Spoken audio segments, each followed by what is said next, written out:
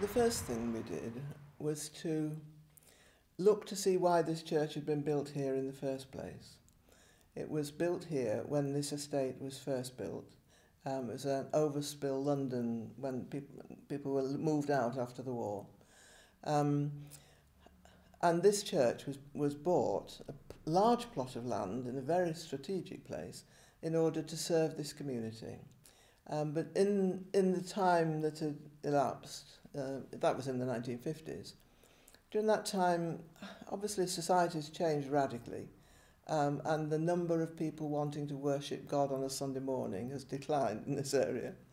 Membership declined, and here was a plot of land with a dilapidated church, the quinquennial inspection saying that it needed something like £140,000 spent on it, a membership of 11 who had about £12,000 in the bank, and we said, obviously, nothing can be done.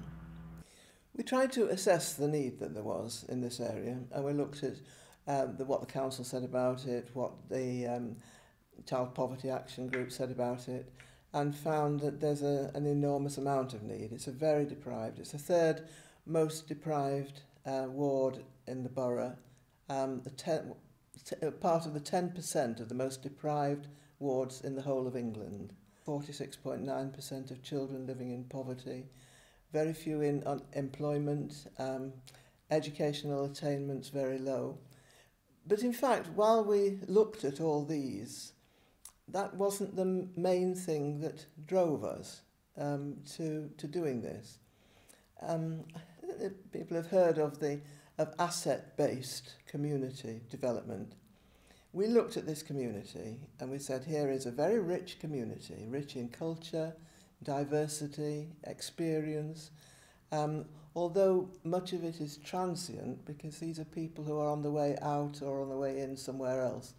But we look to say, what are the assets that this community have, that the gifts and the skills, they're all children of God, whether they recognise that or not, and they're part of the community that the Methodist Church was set up to serve, and how can we release those skills so that they build up their own community and develop social cohesion, a community spirit, and help to interact with the intergenerational families that this estate has. And so I began to sort of think, because here in this dilapidated building, we have the seeds of community. We have a preschool nursery, which meets 4 days a week.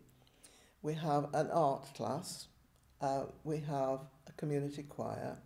We have Guides, Brownies, Rainbows, and we have Boys Brigade. If we close this building, there is no other place that any of these would go. We are reducing a community rather than building it up. So my first thought was we could try to find enough money to have a modular building, cheap as dust, easy to put up, very quick. We could replace this with that and work from a building which didn't take all the upkeep that this would have. And we began to work along those lines, but then began to think who might be interested in coming in as partners with this. So we talked to Methodist homes, asking them if they would be willing to do a live-at-home scheme in the area. They said yes. I approached Action for Children because a proposal that somebody else made was, wouldn't it be good if we could have in this area some sort of starter homes, small flats where children who are leaving the care system might be supported in independence and employment and so on. I went to see the leader of the council. It was amazing because I told her what we were hoping to plan, asked if this fitted in any way with what the council were hoping for this area, and asked if we could meet. And she came with her head of estate regeneration and head of planning already with her. So it all began to sort of come together as a bigger project. It was the council who said it would be easier to get it through planning permission if we had a firm of architects leading it. So we appointed a firm of architects, and they have brought some brilliant ideas into it, so that the thing has just grown. At every turn, there seemed to be somebody else who was willing to come in and think it was a really good idea and put their energies into it. So it's now a sort of conglomerate of really interesting, artistic people who are committed to doing something here.